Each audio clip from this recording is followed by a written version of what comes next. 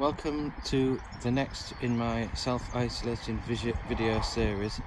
This time we're starting near the gates of Headon Road Cemetery and we're walking along the main road down to the bottom, away from the sound of Headon Road, so hopefully the noise of the traffic should diminish as we continue. So the main avenue is surrounded on both sides by sycamore trees at first, and I'm just going to point out any species on the way that we haven't really had a look at so far. So beyond this large sycamore near the beginning, the tree that's just greening up behind, slender tree, that's a Rowan or mountain ash. Again, they're not long-lived trees in these parts, so they tend not to grow very old. They're the ones that when the waxwings first arrive in the autumn, they really go for Rowan berries, which are nice and soft in November, December time. And then when they come back after several frosts, they'll be looking for trees that were originally had berries which were too hard but have softened because of frosts. Got another sycamore tree here, and then the nearest large tree is also a sycamore. And now the sycamores start to thin out, so we have actually some examples of mature holly trees, cherry trees here. There's a small cherry tree to the right of the cross, and then further right some more mature cherry trees. So these have done really well to grow this old, because cherry trees are susceptible to disease and often die fairly young. In the background, the really tall tree is a lime, and the beautiful green tree beyond that is our best hornbeam. On this side, let's have a look. They've obviously lost some trees here. There's a stump, there's a hawthorn bush and another hawthorn, and just a bit further up there used to be an absolutely enormous elm tree, really beautiful tree, which of course died from Dutch elm disease in the 80s.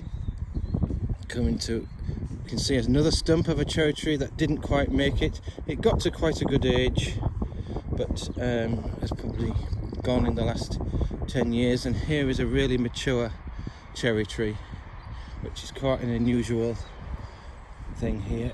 And then we've got another sycamore. Sycamores are probably the most numerous tree in the cemetery, although I have tended to ignore them in the past because I'm not too fond of them. They're not a native tree. They're very good for bird observatories like them, because they contain a lot of green fly. So an exhausted bird just coming in finds food almost immediately. The small tree greening up on the left of the path is a lime, and there is the false acacia that I pointed out last week.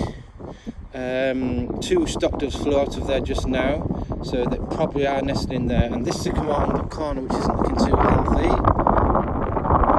can you see on the right hand limb there is quite a fresh great spotted woodpecker hole which hasn't been finished. So they've either abandoned it or it's still in the midst of being constructed. Looking across, I have to be careful to not. Got a strong easterly wind this morning. Again, the nearest large tree is a sycamore. Peeling bark. So we haven't seen any plane trees yet, but we haven't been in that area of the cemetery. That's another thing that they have in common with plane trees. Are probably closely related. The leaves are a similar basic shape. In the background, the tree on the left greening up is a hawthorn, which you've seen closer to, and then there's a young horse chestnut to the right of that, even more green. That has really come on in the last few days. But yes, on both sides of this main road, the closest trees are the avenue of sycamores.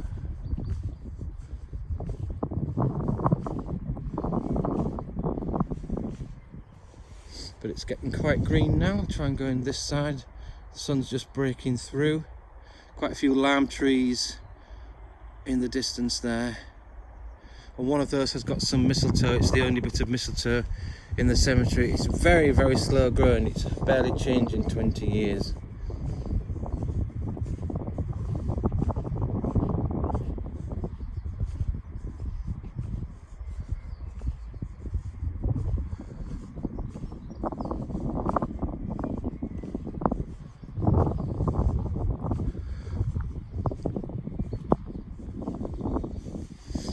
So this group of trees here, the one on the left that's just starting to green is a lime tree, and it's the tallest. Just try and show the extent of the height. And then we've got some Lombardy poplars, at least two to the right of that, the tall thin trees. Then it looks like an ash tree, the quite bare tree, but with some leaves starting to unfurl, or the flowers showing. And then the really green tree on the right is the balsam poplar, which I mentioned last week, the one that gives off a really nice scent. But as the wind is coming from the east behind me, that scent, if there is any, will be blowing towards the prison.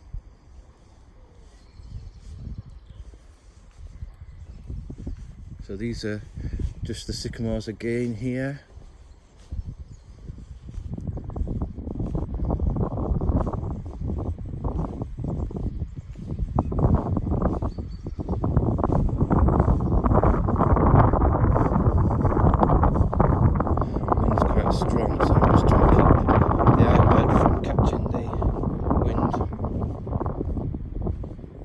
Something we haven't seen close to is an alder tree, so I'm just going to make a short detour.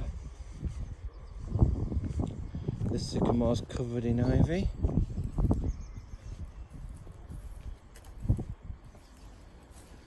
Very hard to tell what sort of tree it is, but there's some buds low down.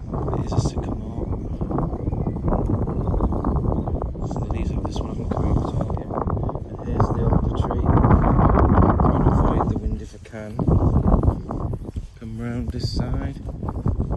So these naturally grow near water. So one of the trees that can tolerate a lot more water than any other tree. Quite a gnarled old bark, and we'll just go a bit closer to the leaves. So the leaves are out on this one, so they're ahead of the sycamore, but can you see the brown dark cones? That's what differentiates alder from any other species of tree in the cemetery. Fresh ones are green, and then as they dry out they turn dark and split, and these little gaps in the cones are where the siskin's bill can get in and extract the red seeds. You also can find redpolls and goldfinches taking the seeds out. Their bills are fine enough. Chaffinches and bullfinches really have to pick up the seeds from the ground. Their bills are too large and clumsy to extract the seeds without damaging the cones. The next tree, of course, is yet another sycamore. This one's further out. You can see the buds just starting to open, but there are none low down, so I'm just going to have to try and keep that steady, and you might be able to see the emerging leaves. Nearly got to the end of the main road before it turns a corner. See if there's anything else of interest here. There's a sycamore across the other side of the road.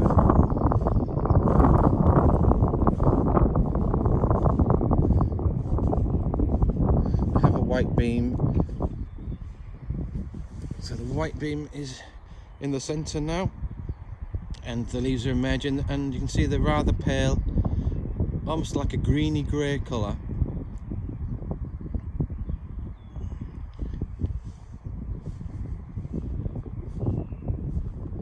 Then there's another Lombardy poplar in the centre there, growing really tall. To the right of it, the large tree along the fence is an ash, and this is an ash here.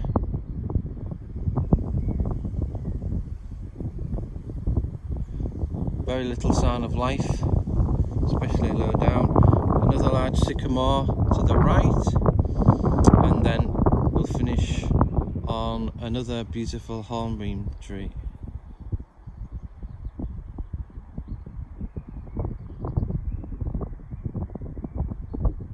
Thanks for listening.